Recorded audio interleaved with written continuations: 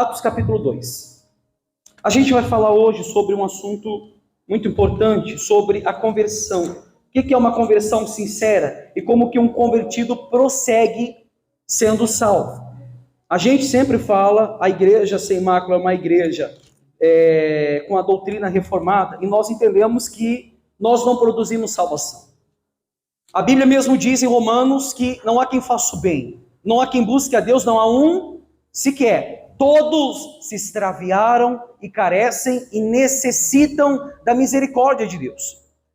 Só por esse fato, olhando para a palavra, a gente identifica e consegue observar que o homem por si mesmo, ele não pode produzir salvação, porque nós somos mal. Gênesis mesmo fala isso, que Deus se arrepende de ter feito o homem, porque a maldade do seu coração é constante, desde a sua mocidade, da sua meninice. Você pode ver o seu dia a dia, os seus pensamentos, você pode ver as suas obras e as suas atitudes. Se fosse por vocês, vocês mesmos se julgariam.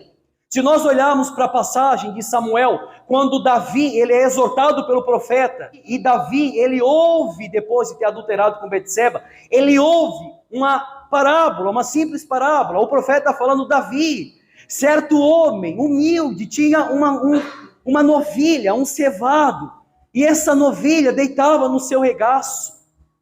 Essa novilha deitava com seus filhos, comia do seu prato, ou seja, fazia parte da família, porém um viajante muito rico, ou seja, um homem muito rico, estava esperando uma visita de um viajante até a sua casa. E esse homem rico tinha vários cevados. O que ele fez? Foi lá e pegou o cevado do homem humilde. Vamos lá, um bezerrinho. Pegou do homem rico, aliás, do homem humilde. E ele cozeu esse cevado para o viajante. A Bíblia diz que Davi, ele cirou. A Bíblia diz que Davi falou assim: olha, digno de morte esse homem, tem que pagar quantas vezes? 4 vezes mais. O profeta falou para Davi: Davi, esse homem é você. Adulterou com Betseba, mandou matar Urias, praticamente um rei que tinha tudo, e pegou justo do humilde que não tinha. Davi naquele momento, naquele lugar, se colocou no lugar de Deus, se julgando a si mesmo. Por isso que eu sempre falo, se nós pudéssemos hoje, nesse momento, julgar nós mesmos pelas nossas obras, Paulo mesmo diz: olhai-vos para vós mesmos, vê se vocês estão na fé, se é que vocês já não estão reprovados. Julga vocês mesmos, julga as suas obras, olhe para dentro de vocês. O homem, ele é capacitado para fazer o mal, é para isso. Paulo mesmo disse: o bem que eu quero fazer eu não faço, mas o mal que eu não quero fazer já está diante dos meus olhos. A maldade é constante no nosso coração, nós prevaricamos contra Deus todos os dias. A gente cansou de falar aqui, nós julgamos Judas, porque Judas vendeu a Cristo por 30 moedas de prata, mas nós vendemos ele por pouca coisa. A gente cansa de falar isso, meu Deus, pelo vício, pela intrepidez, pelos pensamentos mal, pelas atitudes infames, pela concupiscência do engano, o desejo do coração que toma conta da nossa alma e o espírito fica sufocado. Nós julgamos o rei Pilatos por ter soltado Barrabás, quando todo o povo falava: soltem Barrabás e crucifica Jesus, crucifica-o. Fizemos isso quase todo dia. Nós crucificamos a Cristo e nós soltamos Barrabás, o velho homem, que fora preso dentro da gente. Nós soltamos. Quando nós falamos do batismo, quando uma pessoa se batiza nas águas, é para remissão dos pecados. O batismo não te torna salvo. Se o batismo te tornasse salvo, não teria muita gente no mundo que já foi batizada, é ou não é? Não teria muita gente hoje gritando no inferno que foi batizada. Sabia disso? O batismo não te torna salvo, mas um dos princípios bíblicos de salvação é o batismo nas águas, que é para remissão de pecado. Amém? Olhando para tudo isso, cabe nós julgar a nós mesmos: eu preciso de um Salvador, e não existe outro caminho. Convém que o homem seja salvo somente por Cristo Jesus. Amém? Se nós olharmos pela palavra de Deus, não existe desvios nem rachadura, não existe nada que possa comprometer a alma do homem, a não ser a salvação que é dada através de Cristo Jesus. Como nós falamos na oração, Jonas mesmo diz: a Deus pertence a salvação pertence a Ele, pertence a Deus. Amém?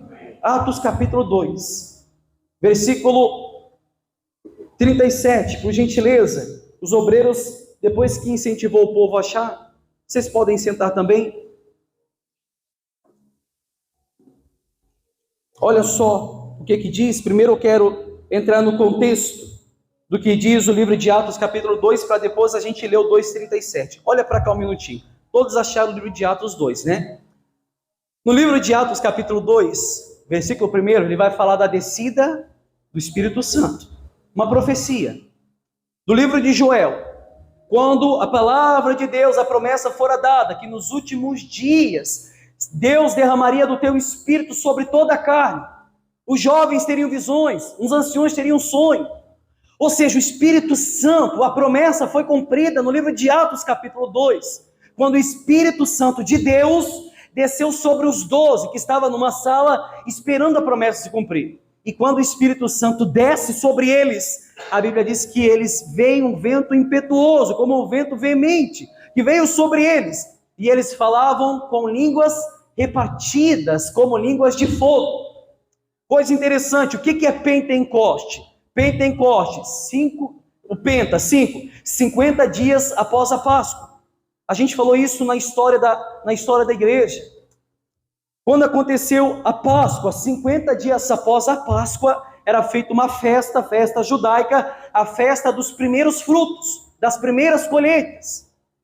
Nesse dia de Pentecoste houve o derramamento do Espírito Santo. Por quê? Porque a cidade de Jerusalém estava lotada de estrangeiros.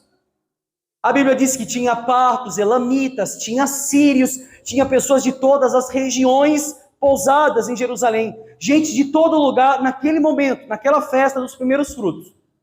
E naquele momento o Espírito Santo desce sobre os discípulos.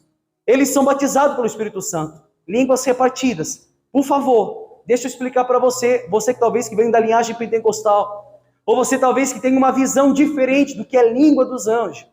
Não é aquela coisa que o pessoal fala que ninguém entende. Não, pessoal.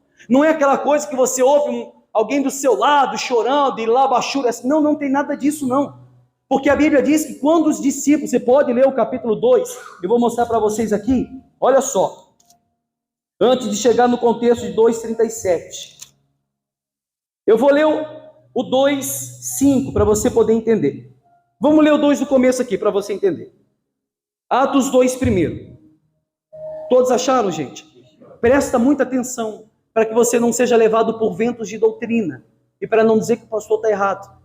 Eu sempre falo para vocês, sejam nobres, sejam como os bereanos. Pastor pregou? Peraí, pastor, eu não vou acatar o que está sendo pregado agora. Eu vou ver se o que está sendo pregado está certo ou está errado. Depois você me julga para ver se o que eu estou falando está certo ou errado. Amém? Porque a igreja em si, ela criou um movimento de Pentecoste, totalmente diferente desse movimento.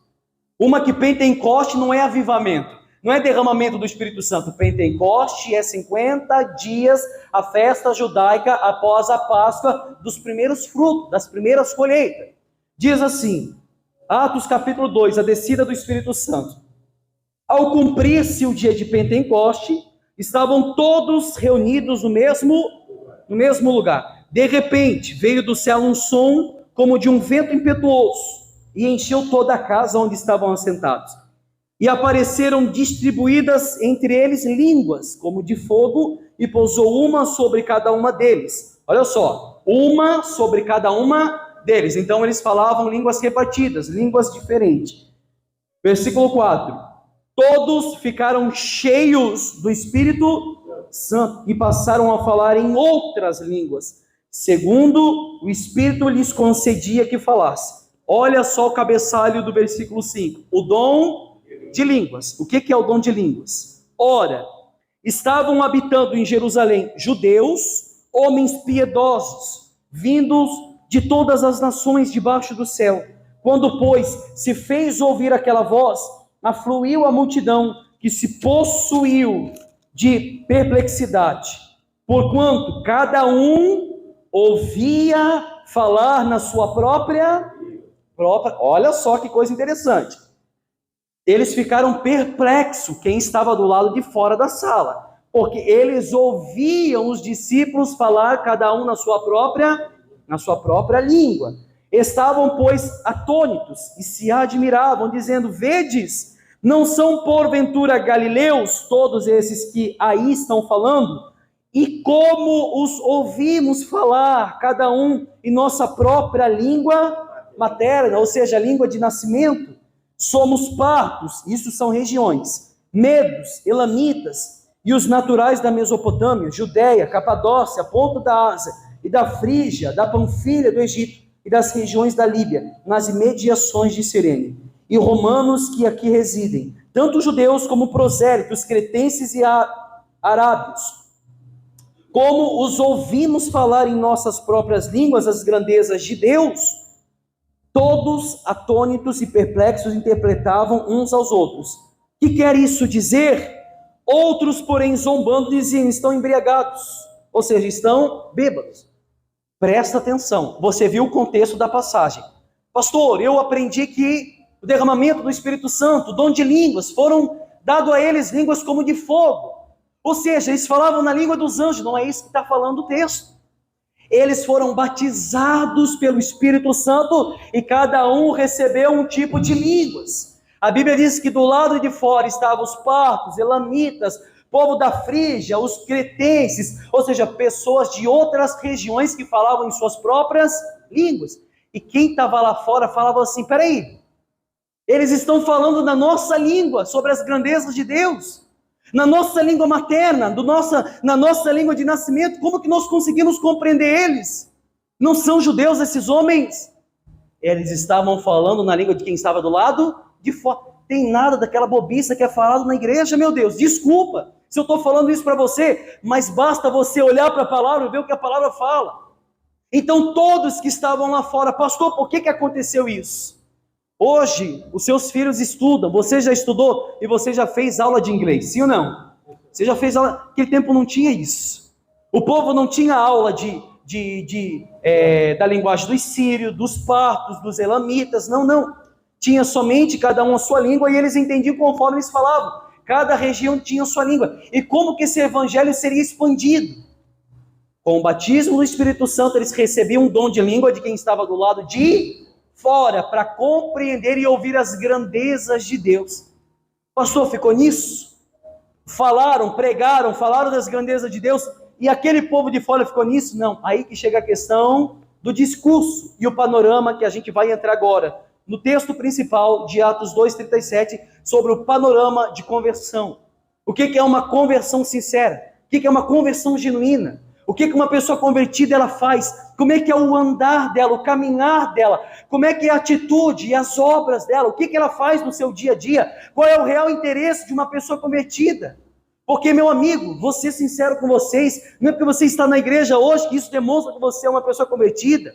Se nós olharmos pela palavra de Deus, existe um povo santo, existe um povo salvo, amém? Existe um povo convertido, existem pessoas que foram remidas pelo sangue do Cordeiro, mas não pela credibilidade de pessoas, pelas suas obras, ou porque estão no culto hoje, não. Foi Cristo que te chamou para estar aqui, a glória pertence a Ele e não a gente. Se não fosse por Cristo, a palavra mesmo fala que nenhuma carne se salvaria, nenhuma carne se salvaria. O auxiliar já pregou na quinta, eu já preguei também uma vez sobre o livro de Colossenses, capítulo 2, capítulo 3. Todo homem tinha uma carta de dívida. Todo homem tinha uma carta de dívida que era contra nós, a palavra mesmo fala isso. Essa carta de dívida foi cravada na cruz, Cristo cravou naquela cruz. A culpa que era para cair sobre nós, caiu sobre Cristo. Ele se tornou maldição no nosso lugar. O livro de Gálatas mesmo diz que maldito é todo aquele que for pendurado no madeiro. Ou seja, ele se tornou maldito. Ele se tornou pecado no nosso lugar. Aí que chega a questão do próprio Deus não olhar para Cristo. E o próprio Cristo fala na palavra: Deus meu, por que me desamparaste? Aquele momento Deus virou as costas para Cristo. Cristo naquela cruz, como diz os puritanos, Cristo desceu ao inferno na cruz, meu Deus. Naquela cruz, Cristo mesmo fala no livro de Lucas: eis que eu serei batizado por um certo batismo, e eis que eu me angustio muito até que ele venha. O batismo de fogo, o fogo do inferno que cairia sobre Cristo, que era para cair sobre nós.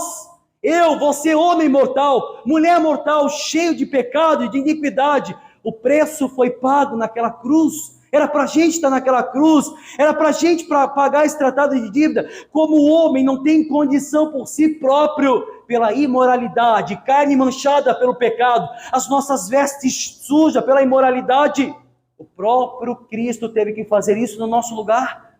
O livro de Apocalipse diz que João chorava muito, porque ele não via quem era digno, meu Deus, de desatar os 7 selos. Mas o livro de Hebreus dá ascensão a Cristo, a glória a Cristo. Cristo foi o sacrifício perfeito.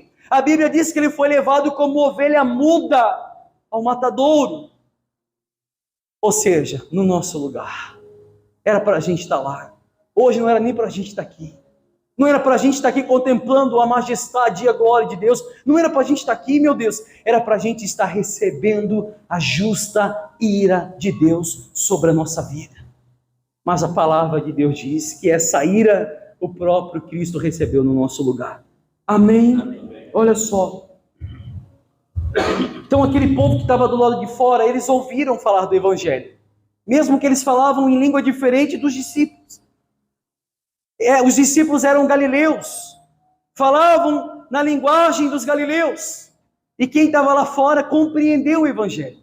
Conseguiu ouvir o Evangelho. Só que Pedro, cheio do Espírito Santo, ele não falou: pessoal, venham, o Evangelho está aberto para todos, é isso que Cristo quer, vocês que estão do lado de fora, venham, Cristo chama. Não foi dessa forma. Primeiro Pedro, os discípulos começam a mostrar para aqueles que estão lá fora: vocês crucificaram a Cristo, mãos iníquas, homens bastardos, cheios de pecados, através das obras de vocês, pecado de vocês que Cristo foi para a cruz. Aqueles homens ouvindo isso, os discípulos cheios do Espírito Santo começaram a falar por intermédio do Espírito. E aquele povo do lado de fora ouvia, contemplava as grandezas de Deus. Por isso que eu sempre falo, o Evangelho de Cristo não são palavras bonitas. Esqueça, meu amigo, não adianta você querer ler a palavra e buscar somente o que satisfaz o desejo do seu coração. Nunca foi isso. Você pode ver que a palavra chama o homem ao arrependimento genuíno.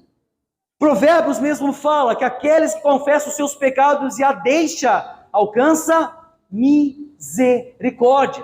Aqueles que confessam os seus pecados e deixa. Pastor, eu estou confessando o meu pecado diante de Deus, mas eu estou caindo sempre nesse pecado. Não, meu amigo, tem alguma coisa de errado com você.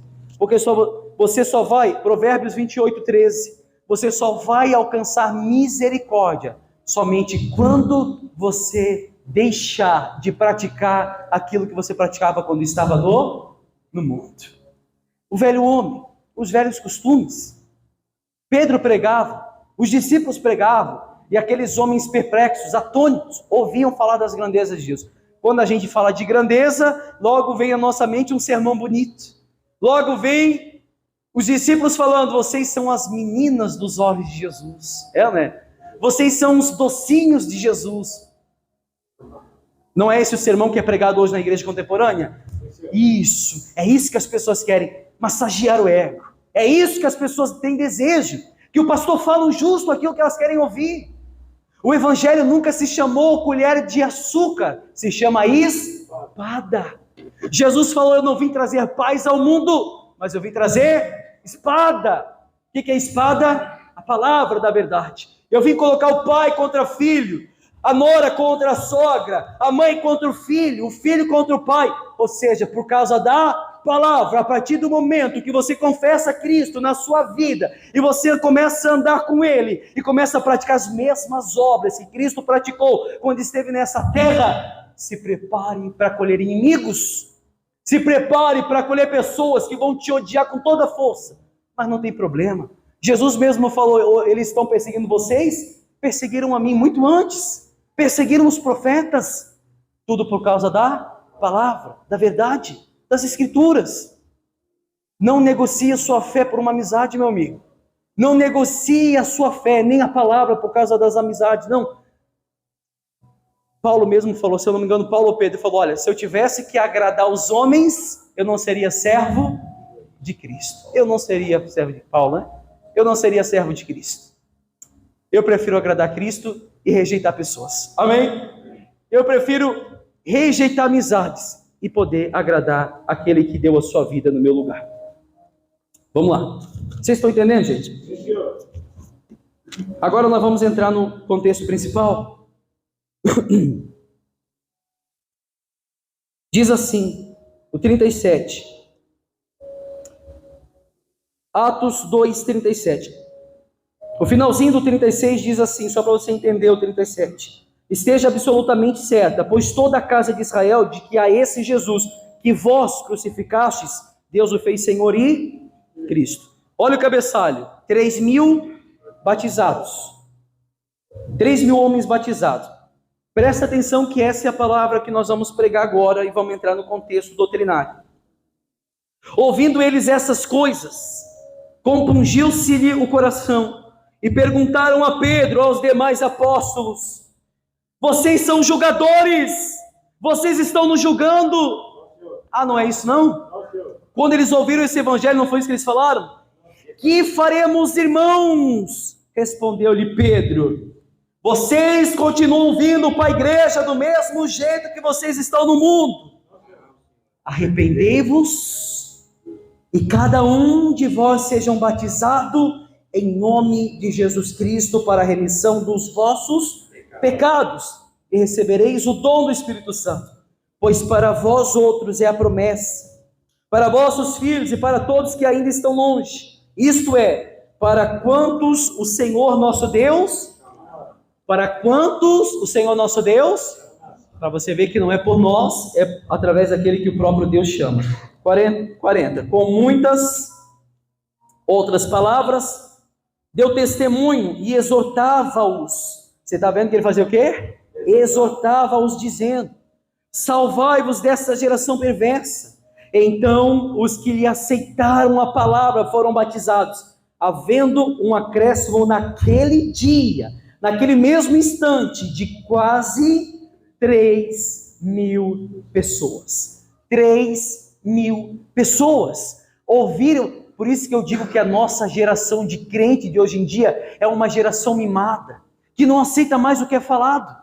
Se o pastor confronta suas ovelhas, sai da igreja rebelado. A gente falava esses dias no culto, quando o pastor pregava sobre pecado, antigamente as pessoas mudavam de vida. Hoje, quando o pastor prega sobre pecado, as pessoas mudam de igreja. Não quero mais ouvir um sermão que confronta o seu coração, confronta a sua necessidade. Não querem mais isso, porque elas dizem: o pastor está julgando.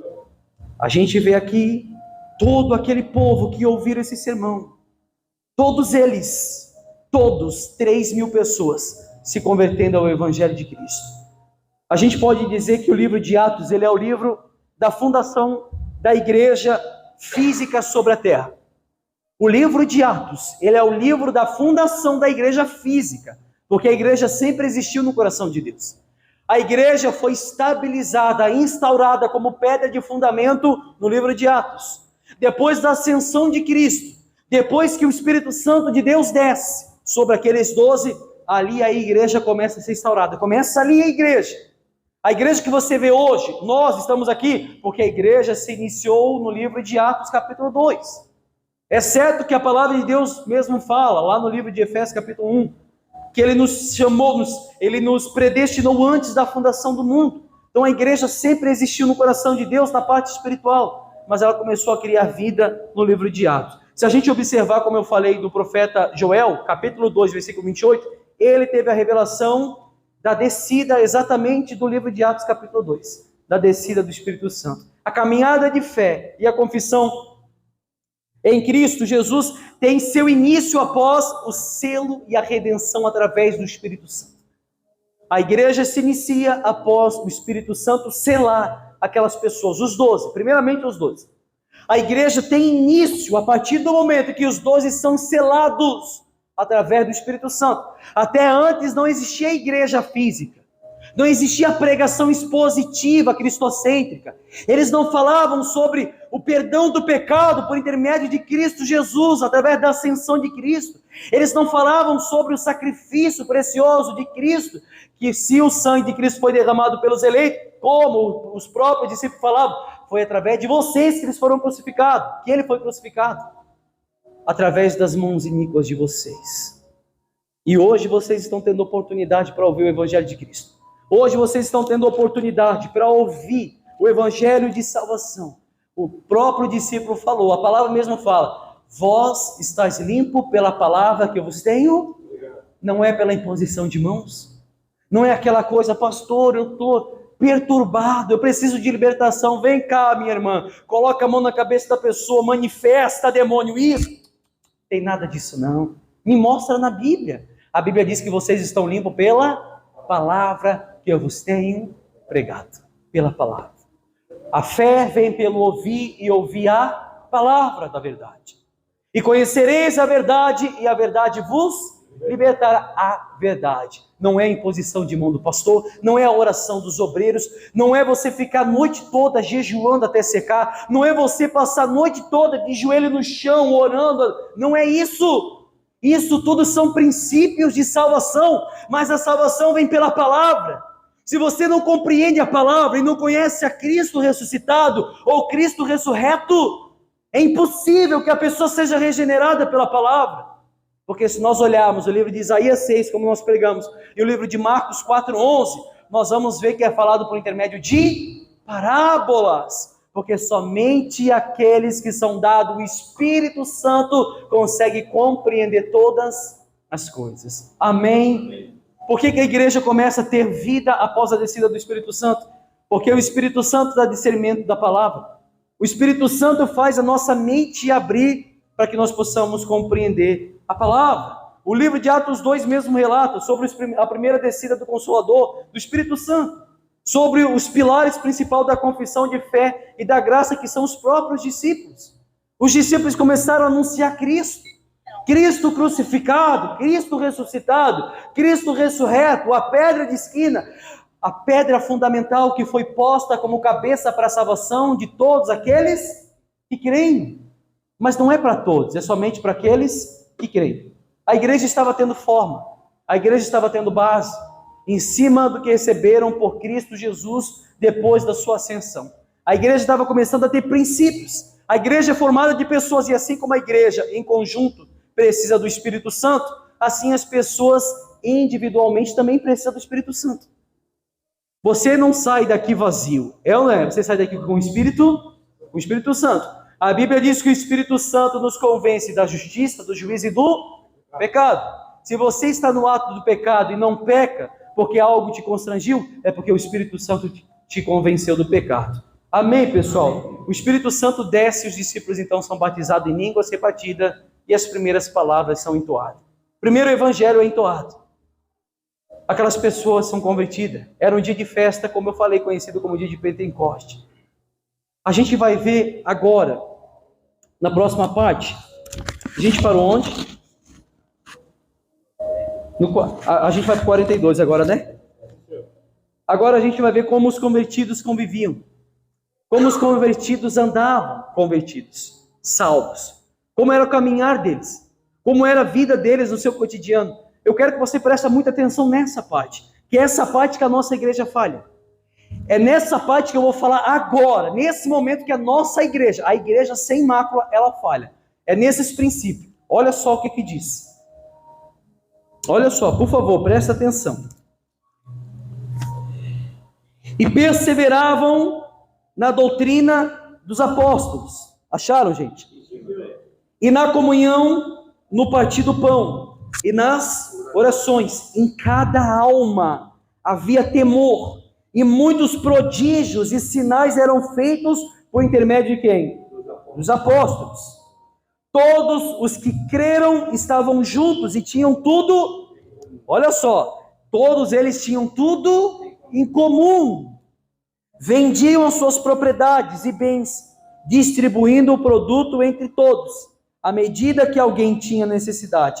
Diariamente, todo dia, todo momento, toda hora, todo instante, perseveravam unânimes, unidos, juntos, acoplados. Aonde? Aonde? Vou voltar de novo no 46. Eu vou falar bem brasileiro, bem para você entender. Todos os dias eles permaneciam dentro do templo, dentro da igreja, todos os dias. Imagina, domingo, segunda, terça, quarta, quinta, sexta, sábado, domingo, todos os dias dentro do templo. E hoje a igreja, meu amigo, eu não vou nem começar a falar, porque você já sabe do que foi o sermão de domingo passado. Não preciso ficar tocando na ferida, é ou não é? O bom cristão sabe do que ele necessita e sabe de quem ele precisa. Somente Cristo é o suficiente. Eu não consigo buscar Cristo somente em casa. É fato e verdade que você vai orar, mas o cachorro late, a família incomoda, muitas das vezes bate na porta, você não consegue ter intimidade com Deus. Muitas das vezes tem que ser na madrugada, mas quando vai ser na madrugada você está cansado, você não consegue dar o devido culto e louvor a Deus como é feito aqui. Hoje você está centrado na palavra, aqui é um lugar propício para isso. Aqui você ouve a palavra, você compreende o que está sendo pregado. Em casa você não faz isso. Está sendo transmitido, está sendo pregado, as pessoas vão assistir na internet, vão assistir em casa, mas não vai ser a mesma coisa que está aqui, porque vai tirar atenção, vem notificação, as pessoas se desvirtuam daquilo que elas estão prestando atenção. Já é difícil para as pessoas compreender o evangelho na igreja, imagine em casa, é ou não é? Então todos os dias, diariamente, eles perseveravam unânimes, ou seja, eles perseveravam unidos, dentro da igreja. Pastor, eu não preciso ir para a igreja para buscar Deus. Então rasga essa folha da sua Bíblia. Rasga essa folha. Tira essa página e joga fora. Se você pensa assim. E faça mais. Abra ou faça uma Bíblia para você e abra uma igreja para você. Porque nós não podemos fazer conforme nós queremos. Os puritanos tinham algo importante na vida deles, que era o princípio regulador do culto. Tudo que a palavra mandava fazer, eles faziam. E o que a palavra não mandava fazer, eles não faziam. Eles cumpriam o que estava dentro da palavra. Eles eram conhecidos como um grupo santo. Eles eram conhecidos como um grupo decorador de Bíblia. Eles decoravam o máximo possível que eles podiam da palavra, para que quando for pego de surpresa, eles tinham a palavra na ponta da língua. Eu estava falando com um obreiro ontem sobre isso, lá em Gaspar, um obreiro da igreja da Graça. Falei para ele: obreiro, me perdoe, mas se você não estiver com a palavra na língua, pode vir qualquer pessoa, até um ateu consegue te converter para o ateísmo. Nós precisamos da palavra. A Bíblia diz que o obreiro aprovado é aquele que maneja bem a palavra da verdade, que maneja bem a palavra. Os bereanos eram assim, eles sabiam se o que Paulo estava falando é verdade ou não. Paulo, nós vamos verificar. Paulo, nós vamos ver se realmente o que está sendo pregado é verdade ou não. Amém? Amém. 46 de novo. Diariamente perseveravam unânimes no templo, partiam pão de cada um em casa, e tomavam suas refeições com alegria e singeleza de coração, louvando a Deus e contando com a simpatia de todo o povo. Simpatia de todo o povo. Enquanto isso, acrescentava-lhes o Senhor dia a dia os que ia sendo. Vocês sabem por que Deus acrescentava dentro do templo aqueles que haviam de ser salvos? Coloca essa passagem dentro do contexto que a gente acabou de falar. Pega essa partezinha que Deus acrescentava dentro da igreja aqueles que haviam de ser salvos. E nós vamos unir com... Eles partiam o pão de casa em casa, tomavam as suas refeições com alegria e singeleza no coração, louvando a Deus, contando com a simpatia do povo. União, amor entre os irmãos, unânime, todo mundo junto, simpatia, meu Deus, como falta isso na igreja. Às vezes Deus estacionou de trazer pessoas salvas para dentro da igreja, sabe por quê? Porque vou botar lá, a pessoa vai sair, não vai se sentir, não digo confortável pela palavra, porque nós não queremos que a pessoa se sinta confortável pela palavra. Como é que eu vou botar a pessoa lá dentro? Se ela chegar lá dentro, ela vai ver tanta coisa errada, né? Muita igreja é assim. Tem gente que frequentou tanto ministério, mas saiu porque viu tanta coisa errada. Tem gente que é assim. Como é que Deus vai trazer para o templo, agregar no templo as pessoas salvas, se a própria igreja, o próprio local, que era para ser um local de salvação, para trazer as pessoas salvas, se é o mesmo lugar que está tirando pessoas da igreja? Pelo orgulho, pela soberba, falta de simpatia. Olhando pela palavra de Deus, nós temos que ser unidos. Nós temos que andar de braços dados, de mão dada, meu Deus, unânimes, com singeleza no coração, no partir do pão, de casa em casa. É aquilo que eu falei domingo passado. Eu não moro em Brusque, eu não sou daqui, mas o pastor tem que estar aqui para passar a palavra para vocês. Vocês são membros, ovelhas do meu aprisco, são ovelhas comendo do mesmo pasto, meu Deus. Visita o irmão do lado, vai na casa do afastado. O problema do povo é que eles dependem somente do pastor. Se o pastor não faz, nós não vamos fazer. É papel do pastor. E Cristo que te salvou, meu amigo, não foi o Cristo das Escrituras. Amém? Não foi o Cristo que a gente prega. Sabe como a igreja cresceu? Quando Estevão é apedrejado e morto, o primeiro mártir da igreja, a igreja é dispersa. E quando a igreja é dispersa, cada pessoa que foi dispersa ia pregando o evangelho. Não eram os discípulos. A igreja não cresceu por causa dos discípulos. Veja bem que a Bíblia diz que esses 3.000, eles perseveravam unânime, de casa em casa, dentro do templo, no partir do pão, nas orações. E nós não fizemos isso. Nós deixamos a desejar. Duvido que você não tenha um final de semana para visitar uma pessoa afastada. Eu duvido. Semana que vem, daqui a 2 semanas, 3 semanas, acaba o ano. Quantas pessoas vocês convidaram para vir para a igreja? Ah, pastor, mas a gente aprendeu sobre o calvinismo, que é Deus que acrescenta na igreja aqueles que têm que ser salvos. Que bobiça, que besteira, que infâmia. O que a gente pode dizer de Paulo? Senhor, se eu for para Roma, eles vão me matar lá. O que Jesus fala?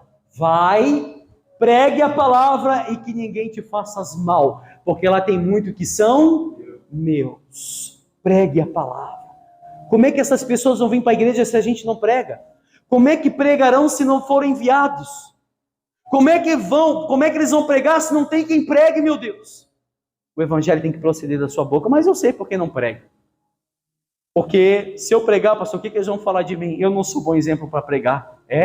Esse é o problema de muitos dentro da igreja. Amém? Os primeiros passos de conversão, vamos lá, que a gente acabou de ler. É necessário e de suma importância. Primeiro ponto, grava aí, marca no seu caderno, não sei, faça alguma coisa. Qual que é o primeiro ponto da caminhada de um convertido? Primeiro passo de conversão. É necessário, de suma importância. A coisa mais importante que o pecador acusado tenha contato com a palavra. É necessário. Pode ver, aqueles 3.000 que estavam lá de fora, até então estavam numa festa. Até então estavam festejando. Eles se converteram, sabe como? Quando o Espírito Santo de Deus desce e os apóstolos começam a pregoar o evangelho para quem está lá fora. Então é necessário, de suma importância, que o pecador acusado tenha contato com a palavra. O primeiro passo é esse. Segundo passo, pastor, tem que haver constrangimento quando é entoada a palavra aos seus ouvidos e declarar-se que de fato não procede nada de bom da gente. Nada. Aqueles homens que estavam do lado de fora, eles falavam: o que faremos nós? O que nós temos que fazer? Estavam reconhecendo. Eles podiam muito bem falar assim: olha, peraí, nós estamos vindo nas festas dos primeiros frutos, uma festa judaica, eruditos na palavra, na lei, nós não precisamos fazer nada. Eles reconheceram o erro dele. O que nós temos que fazer? O que nós precisamos fazer? Não foram egoístas, não foram soberbos, não foram presunçosos, não foram avarentos. Eles reconheceram que eles precisavam fazer alguma coisa. E falaram o que nós precisamos fazer. Ou seja, temos que se constrangir quando a palavra de Deus é pregado. Tem que haver constrangimento na nossa vida. O próprio Deus fala no livro de Isaías: para o homem para o qual eu olharei, aquele que constrange a sua alma e abate o seu espírito. É para esse que Deus olha. Ou seja, o segundo ponto, eu tenho que me constrangir quando a palavra é pregoada, quando entra nos meus ouvidos, e eu tenho que reconhecer que eu preciso de Cristo. Eu tenho que reconhecer que eu preciso dele. Amém? Terceiro passo. Depois que a pessoa reconhece os seus erros através da palavra, ela necessita confessá-los. E não somente confessá-los, mas deixá-los. Não somente confessar. Todo mundo no altar, na cadeira, confessa pecado. Não é? Todo mundo que está aqui dentro. No começo da reunião, eu acho que quase todo mundo, ou se não todo mundo: meu Deus, me perdoa, sim ou não? Mas a Bíblia não manda só confessar o pecado, mas deixá-lo. Olha, Provérbios 28, 13 fala isso. Provérbios 28, 13 diz Que nós temos que confessar os nossos pecados e deixá-lo para que nós possamos alcançar misericórdia. Amém? Quarto ponto. É necessário o convertido receber o batismo das águas para a remissão do pecado. A Bíblia não fala aqui que eles foram batizados? Sim ou não? A Bíblia diz que eles foram batizados. O batismo das águas não te torna salvo, mas o batismo das águas é o primeiro passo que a pessoa que foi salva, ela dá no seu caminho de conversão. Volto a frisar. Conversa com pessoas que estão afastadas da igreja, que não querem mais voltar por nada, e pergunta se elas foram batizadas nas águas. Elas falam o quê? Hein? E sim, foram batizadas, mas nem por isso estão no meio de nós. Amém? Próximo passo. Após a lavagem pela palavra e pela água do batismo, o Espírito Santo, então, por sua vez, sela o pecador para o dia da salvação. Pastor, eu ouvi a palavra, reconheci os meus erros, deixei os meus pecados de lado. E por deixar os meus pecados de lado, eu fui batizado nas águas. Eu entendi que eu precisava ser batizado. Depois do batismo, o que acontece? O Espírito Santo nos sela para o dia da redenção, o dia da salvação. Esse selo que nós recebemos é o selo dos eleitos de Deus. É o selo da salvação. Ou seja, o Espírito Santo, por sua vez, sela os pecadores para o dia da redenção. O que é redenção? Redenção significa salvação somente por intermédio de Cristo Jesus. Próximo passo, e talvez um dos mais importantes acerca da salvação, que é se salvar dessa geração perversa e da vontade do coração. Você pode ver que ele mesmo fala: salvai-vos desta geração perversa, dessa geração má. Por que é um dos pontos principais, pastor? Me salvar dessa geração perversa. Porque você sabe, para você permanecer da igreja é muito difícil, mas para você se desviar um passo, sim ou não? E o que me faz desviar? Essa geração perversa, o mundo. Falamos domingo passado, como está escrito no livro de Tiago: aqueles que querem ser amigos do mundo, constituem-se inimigo de Deus. Se eu sou amigo do mundo, independente das amizades que eu tenho no mundo, eu se torno inimigo de Deus, inimigo de Deus. Você pode ver que a palavra fala isso. Salmos capítulo 1, nós cansamos de falar: bem-aventurado o varão ou homem que não se assenta na roda dos escarnecedores e não se detém no caminho dos pecadores. Antes o seu prazer é na lei de Deus, de dia e de noite. Não se detém no caminho dos pecadores e não se assenta na roda dos escarnecedores. Aqueles que difamam o evangelho, aqueles que falam mal da palavra, eu não posso compactuar com essas pessoas. Tem que sair de perto, meu Deus. Eu não estou falando que você tem que perder a amizade por causa disso. Não. Mas você não vai participar, ser coparticipante daquilo que elas estão fazendo. Amém? Isso é a luta, ou essa é a luta do cristão. E essa luta não passa a ser uma luta externa, passa a ser uma luta interna, contra ela mesma. Eu falei isso aqui numa pregação, que a nossa maior luta não é contra o diabo. Sua maior luta não é contra o diabo. Pastor, peraí, como assim não? A Bíblia fala assim também em Tiago: sujeitai-vos, pois, a Deus e resisti o diabo, e ele fugirá de vós. Como que você resiste o diabo? Negando as suas próprias vontades. Ou seja, nossa luta constante é contra nós mesmos, contra a nossa vontade, contra a nossa própria carne. Você venceu o seu coração, você adulterava antes, não adultera mais, você mentia antes, não mente mais, você profanava a palavra de Deus, hoje você não profana mais, você casei, pastor, você fez isso, fez. Então, o diabo não pode tocar mais na sua vida, porque você não está mais dando liberdade para ele tocar. Amém? A Bíblia diz que o diabo anda ao nosso derredor. O que é derredor? Tem algo ao nosso redor, e ao nosso redor existe o diabo derredor, rugindo como um leão, buscando aquele que ele possa tragar. Ele está ao derredor, está vendo? A pessoa vai cair, vou colocar algo na vida dela para ela cair. O diabo não toca de imediato na sua vida, mas ele coloca empecilho para você tropeçar. Amém? E como prosseguia e vivia os convertidos? Como que aquele povo dos 3.000, eles prosseguia na salvação. Primeiro ponto, eles perseveravam na doutrina apostólica em que receberam por revelação de Cristo Jesus. Perseverança na palavra. Segundo ponto, perseveraram na comunhão com os irmãos, que eu acabei de falar. Perseveravam unânime na comunhão com os irmãos. A igreja tinha união, havia princípios entre eles. O respeito pelo próximo também. Próximo passo, no partir do pão, que é a Santa Ceia, nós fizemos domingo passado. Era o maior sacramento que eles praticavam com temor e tremor. Perseveravam na Santa Ceia, não faltavam Santa Ceia por nada, meu Deus, porque a Santa Ceia é a coisa mais importante que tem na igreja. Jesus mesmo disse que aquele que não come do meu corpo e não bebe do meu sangue, não tem parte comigo. Eu não posso achar que eu tenho parte com Cristo quando eu deixo a ceia de lado. A Bíblia diz que esses 3.000, eles perseveravam no partir do pão, na Santa Ceia. Era o maior sacramento que tinha, com temor e tremor. Amém? Perseveravam na oração, tinham vida piedosas, queriam conhecer mais do Cristo que era anunciado pelos apóstolos. Vida piedosa. O que é uma vida piedosa? A pessoa ter piedade dentro dela. Quanto mais de Deus eu busco, mais dele se manifesta sobre mim. Quanto mais eu conheço de Deus, mais do seu caráter, mais do Espírito de Deus opera sobre a minha vida. Ou seja, olhando para a palavra de Deus, perseveravam na oração. Todos tinham tudo em comum e perseverança na união em temor. Principal coisa, todos tinham tudo em comum. O que um crente era, o outro também era. Vamos botar um exemplo no dia de hoje, a geração de hoje sendo a geração daquele tempo de Atos 2.